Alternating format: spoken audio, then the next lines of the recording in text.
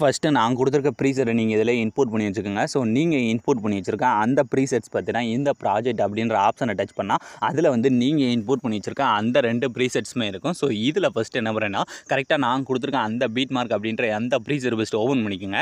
அதை நீங்கள் ஓப்பன் பண்ணிங்கன்னா அதில் உங்களுக்கு எப்பயும் போல் ஈஸியாக இருக்கின்றக்காக நானே என்ன பண்ணியிருப்பேன், இந்த மாதிரி சாங்கு, அதுக்கடுத்து இந்த மாதிரி டெம்ப்ளேட்டு, அதுக்கடுத்து பார்த்தீங்கன்னா இந்த மாதிரி நடுவுலாம் சின்ன சின்ன பீட் மார்க்கு, அதுக்கடுத்து மறுபடியும் டெம்ப்ளேட், இந்த மாதிரி எல்லாமே நானே ஆல்ரெடி கொடுத்துருப்பேன். இதில் நீங்கள் பண்ண வேண்டியது இந்த இடத்துல பார்த்தீங்கன்னா இப்போ ரெண்டு பீட் மார்க் இருக்கா. ஸோ அதுக்கடுத்து பார்த்தீங்கன்னா இந்த இடத்துல ஒரு பீட் மார்க். இதே மாதிரியே ஒரு சில இடத்துல மட்டும் நான் எந்த இமேஜுமே ஆட் பண்ணாமல் வெறும் பீட் மார்க்காக வச்சிருக்கேன் பார்த்தீங்களா. ஸோ அதில் மட்டும் நீங்கள் எடிட் பண்ண போகிற இமேஜை கரெக்டாக வந்து ஆட் பண்ண போகிறீங்க. ஸோ அதுக்கு என்ன பண்ணுறீங்க, இப்போ ஃபஸ்ட்டு வந்துடுங்க. அதாவது இந்த ஃபஸ்ட்டு இருக்க பீட் மார்க்கு பதிலாக அந்த ஃபஸ்ட்டு இருக்க டெம்ப்ளேட் முடிஞ்சு இந்த இடத்துல ஸ்டார்ட் ஆகுதுலாம், இதில் ஃபஸ்ட்டு நம்ம இமேஜ் ஆட் பண்ண போகிறோம். ஸோ அதனால் அந்த பீட் மார்க்கில் வச்சுட்டு இப்போ இந்த இருக்க ப்ளஸ் ஐக்கனை டச் பண்ணிட்டு இந்த இடத்துல இந்த மீடியா அப்படின்ற ஆப்ஷனை டச் பண்ணிட்டு ஸோ இதில் நீங்கள் எடிட் பண்ண போகிற இமேஜை ஃபஸ்ட்டு ஆட் பண்ணிட்டு அந்த மேலே இருக்க 3 டாட் டச் பண்ணி அதை ஃபஸ்ட்டு ஃபுல் ஸ்க்ரீனில் செட் பண்ணி கரெக்டாக அடுத்த பீட் மார்க்கில் கட் பண்ணி வச்சுக்கோங்க. ஸோ இதே மாதிரி அடுத்து 2வது மீதம் இருக்குது பார்த்தீங்களா. ஸோ அந்த பீட் மார்க்லையும் கரெக்டாக நீங்கள் எடிட் பண்ண போகிற இமேஜை ஃபஸ்ட்டு ஆட் பண்ணி ஃபுல் ஸ்க்ரீனில் செட் பண்ணி கரெக்டாக வந்து கட் பண்ணி வச்சுக்கோங்க. ஸோ இப்போ ஃபஸ்ட்டு 2 இமேஜை நம்ம ஆட் பண்ணி முடிச்சக்கப்புறம் இதே மாதிரி அடுத்து இந்த இடத்துல ஒரு பீட் மார்க் வந்து எம்டியாக இருக்கா. ஸோ அதுலேயும் கரெக்டாக நீங்கள் எடிட் பண்ண போகிற இமேஜ் இந்த மாதிரி ஆட் பண்ணுங்கள். ஸோ இந்த மாதிரி வீடியோட லாஸ்ட் வரை மூவ் பண்ணி கரெக்டாக நாம மீத வந்து நான் அந்த எம்டிஐ எத்தனை பீட் மார்க் கொடுத்துருக்கணும், ஸோ அந்த எல்லா பீட் மார்க்குக்கு மட்டும்தான் நீங்கள் இமேஜை வந்து ஆட் பண்ண போகிறீங்க. அதுக்கடுத்து இந்த இமேஜஸ்லாம் எஃபெக்ட் ஆட் பண்ணுறதுலாம் ரொம்ப ஈஸியான ஸ்டெப்பில் தான் நான் சொல்லி கொடுக்க போகிறேன். ஸோ அதனால் நீங்கள் வீடியோ மட்டும் ஸ்கிப் பண்ணாமல் ஃபுல்லாக வாட்ச் பண்ணுங்கள். அப்போ தான் உங்களுக்கு எல்லாமே தெளிவாக தெரியும். ஸோ இப்போ வந்து நான் கரெக்டாக வந்து நான் இந்த மாதிரி மீத இருக்க அந்த எம்டிஆர் இருக்க பீட் மார்க் எல்லாத்துக்கும் வீடியோட லாஸ்ட் வரை மூவ் பண்ணி இந்த மாதிரி இமேஜ் ஆட் பண்ணி முடிச்சாச்சு. இப்போ நம்ம ஃபஸ்ட்டு இந்த மேலே ஆட் பண்ணிக்க இமேஜ் இருக்குது பார்த்தீங்களா, அதாவது இந்த இடத்துல ஒரு 2 இமேஜ், இந்த இடத்துல ஒரு இமேஜ், ஸோ இந்த இடத்துல 2 இமேஜ், மொத்தம் 5 இமேஜுக்கு மட்டும் ஃபஸ்ட்டு நம்ம எஃபெக்ட் ஆட் பண்ணி முடிக்க போகிறோம். ஸோ அதுக்கு என்ன பண்ணுறீங்க, அப்படியே பேக் வந்துட்டு ஸோ நான் கொடுத்துருக்கேன் அந்த சேக் எஃபெக்ட் ப்ரீசெட் ஃபஸ்ட்டு ஓப்பன் பண்ணிக்கோங்க. அதை நீங்கள் ஓப்பன் பண்ணினா அதில் உங்களுக்கு இந்த மாதிரி ஒரே ஒரு எஃபெக்ட் மட்டும் தான் கொடுத்துருப்பேன். இந்த ஒரே ஒரு எஃபெக்ட் வச்சு தான் நம்ம அந்த 5 இமேஜுக்கும் பேஸ்ட் பண்ண போகிறோம். ஸோ இப்போ ஃபஸ்ட்டு அந்த இமேஜ் டச் பண்ணிவிட்டு அது சைடில் பார்த்தீங்கன்னா டூப்ளிகேட் சிம்பிள் இருக்கா, ஜஸ்ட் அதை டச் பண்ணினா இதில் 4வது பார்த்தீங்கன்னா காப்பி லேயர் அப்படின்ற ஆப்ஷன் இருக்கும். ஜஸ்ட் அதை மட்டும் டச் பண்ணிவிட்டு இப்போ என்ன பண்ணுறீங்க, அப்படியே பேக் வந்துட்டு ஸோ நீங்கள் எடிட் பண்ணுற அந்த beat mark preset first open பண்ணிக்கோங்க.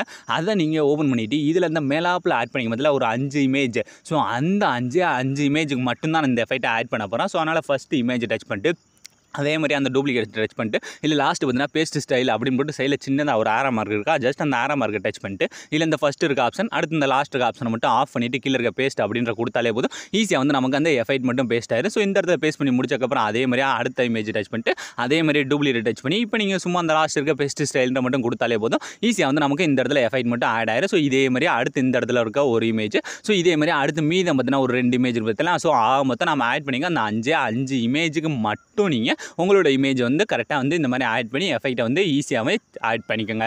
ஸோ இப்போ ஈஸியாக வந்து நம்ம ஆல்மோஸ்ட் பாதி இமேஜுக்கு எஃபெக்ட் ஆட் பண்ணி முடிச்சாச்சு. இதுக்கடுத்து நீ நமக்கு மீத இருக்க இந்த மாதிரி டெம்ப்ளேட்ஸ் மட்டும் தான். ஸோ இந்த மாதிரி டெம்ப்ளேட்ஸில் எப்படி இப்போ உங்களோட இமேஜை சேஞ்ச் பண்ணுறது அப்படின்னு பார்க்கலாம்.